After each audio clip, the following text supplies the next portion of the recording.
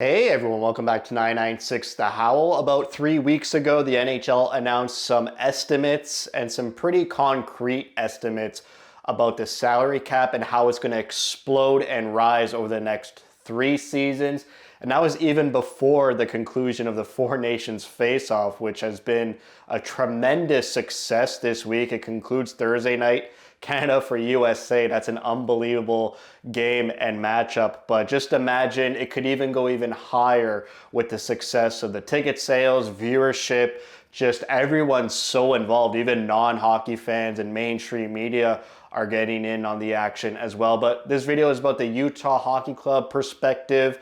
And the point of this video I want to make clear is about how great of a position Utah is in, how envious of a position Utah is in compared to the rest of the league. They got cap space right now at this moment. We got increasing drastically the salary cap ceiling per season for the next 3 seasons.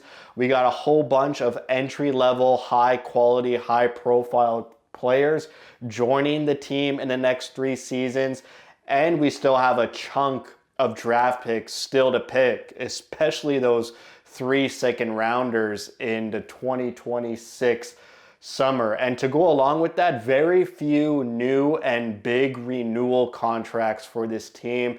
By my accounts, there's really only one major renewal contract or new contract in the next 3 seasons, which is Logan Cooley. So what does this mean for the Utah Hockey Club? No, in my opinion, it doesn't mean you go out and you grab a big fish. I mean, look at these unrestricted free agent forwards this summer, and then we'll pull up the unrestricted free agents for next summer. I mean, look at those names, McDavid, Eichel, and Kaprizov. No, I don't think it means you just open up your checkbook, even though Ryan Smith is willing to do that. We'll talk about him a little bit later. But this video is concentrating on the great position Utah is in. I don't want to get bogged down and sidetracked in which player should we keep, which player should we move on from. I know there's Vejmelka in this upcoming summer. That's a big question mark. What about Nick Schmaltz 1 year from now in that summer? What are we going to do with him? I don't want to get sidetracked with this video. I know I feel myself gravitating toward that topic and conversation, but to me it's just to show some pride and some congratulatory words for Bill Armstrong and company, and what a great position Utah is in, especially coming out of the rebuild, entering year 5 next year. And the plan is to open up the window starting next year. I know they still have a chance this year to grab that second wild card spot but from this moment on, it's about being a consistent playoff competitor and no longer being a question mark for the playoffs. So right here, I got the upper limits and the lower limits. Right now, the cap ceiling, the upper limit is at $88 million. So for next year, it goes up $7.5 million. The floor right now is $65 million. So the floor right now at the cap right now, the ceiling is $88 million. In 3 seasons, that ceiling will become pretty much the new floor of the salary cap. That is how drastic this is going to be. And thankfully, as a fan coming from Arizona, thankfully the ownership isn't a question mark. I don't really need to spend time on, okay, how is ownership going to open up their checkbooks to have a $84 million team bare minimum? That is a new floor. And with all the new arena stuff, I really don't need to concentrate on that. I just listened to a podcast Bill Armstrong was interviewed on, the KSL YouTube channel, the Utah Puck Report, where Bill Armstrong says when he went to Ryan Smith with the Sergachev trade, Ryan Smith was all in. He trusted Bill Armstrong and the organization to make the right moves. He didn't question or challenge Bill Armstrong on the price tag, and they went out and did what they had to do in acquiring a pretty expensive and the most expensive player on Utah in Mikhail Sergachev. Now, those lists of unrestricted free agents I listed in the NHL, Marner, Rantanen, there's a lot of talk by mainstream outlets, oh, Utah has so much cap space, they should go out and grab one of them. But we have a cautionary tale in doing that for such a young team just about to come out of a rebuild. It is the Toronto Maple Leafs, where they went out and got a big fish in free agency in John Tavares. And that was at the wrong point to do it, because you still had your young guns in Matthews, Marner, and Nylander on your entry-level contracts. So they went out, they spent $11.5 million on Tavares, and then their young superstars outperformed that big free agent. And what are they going to do? They're going to turn around and say, I want $11.5 million. I do pretty much the same, if not more, than that new flashy toy you got in the free market. So for me, before we go out and grab a guy like Rantanen or Marner, you need to finish the book on Logan Cooley. You need his contract signed, just like Gunther, before you make any new moves. We're at the precipice where Logan Cooley next season could be a 60 or 70 point player. And then if you go and open up your checkbook in free agency, you grab a player like Rantanen, sign him for $12 to $14 million, and then Logan Cooley outperforms that new player, which is possible. That's a reality that's logical. It's not illogical, considering Logan Cooley's trajectory year over year so early in his career, where now Logan Cooley can look to his comparable on the same team and be like, I outperformed this guy. You gave him $12 million.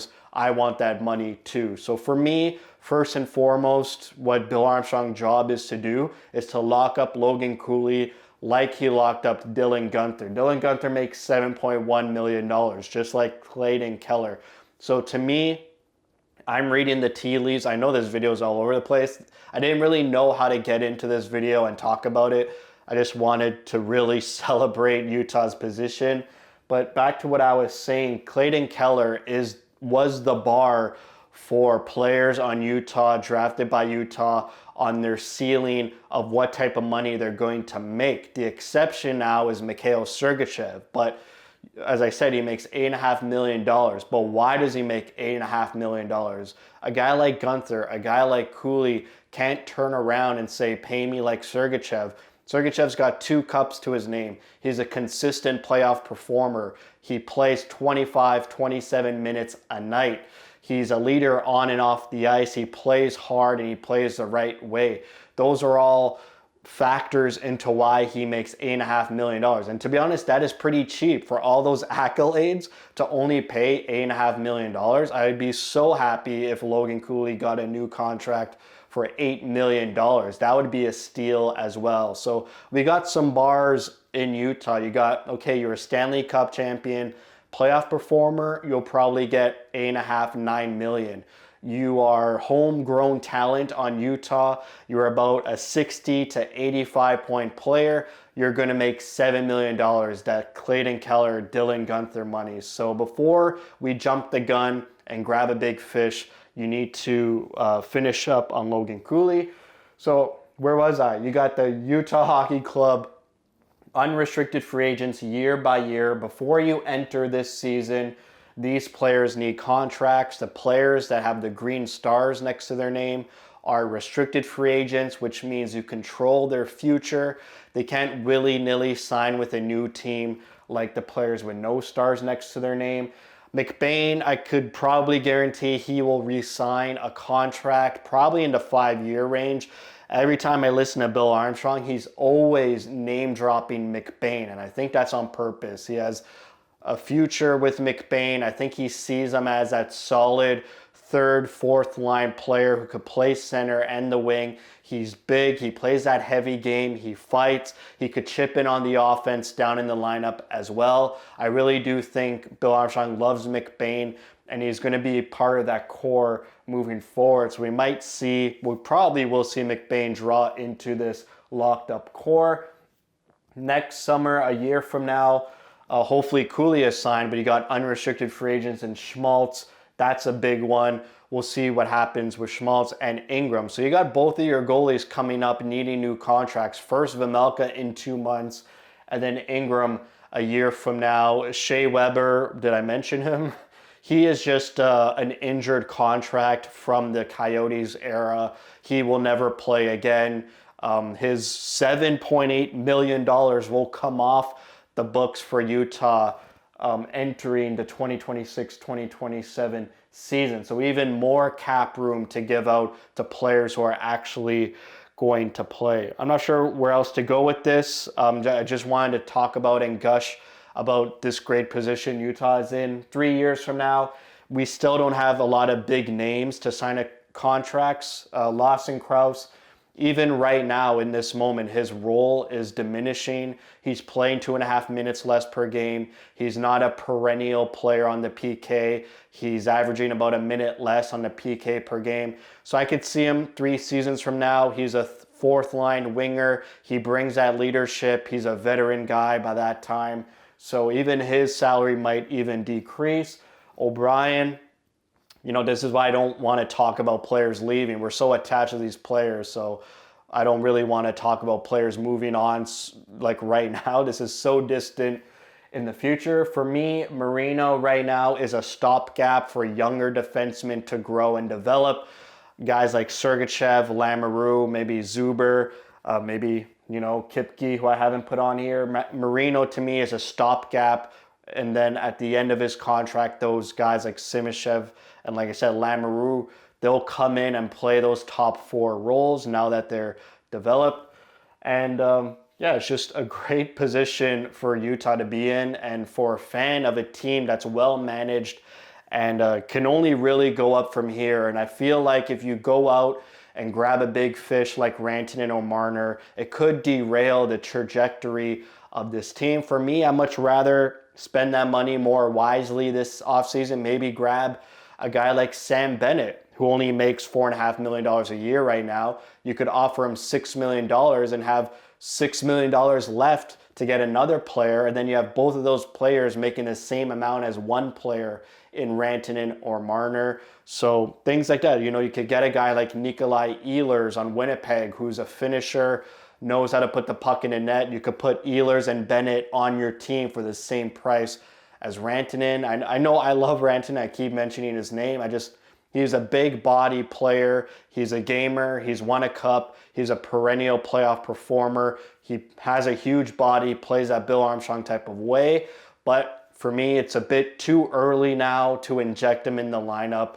I'm sure, and there will be always free agents you can open up your checkbook too. So that's it for me. Hopefully this video wasn't too long-winded, didn't get too sidetracked. It's hard to really get into the weeds about the salary cap, but just know Utah is in a great position, and a lot of teams would be severely envious of the position Utah is in right now, just about to come out of that rebuild era. So that's it for me. Thank you for watching. If you like what you see, spread the word. And as always, thank you for your support.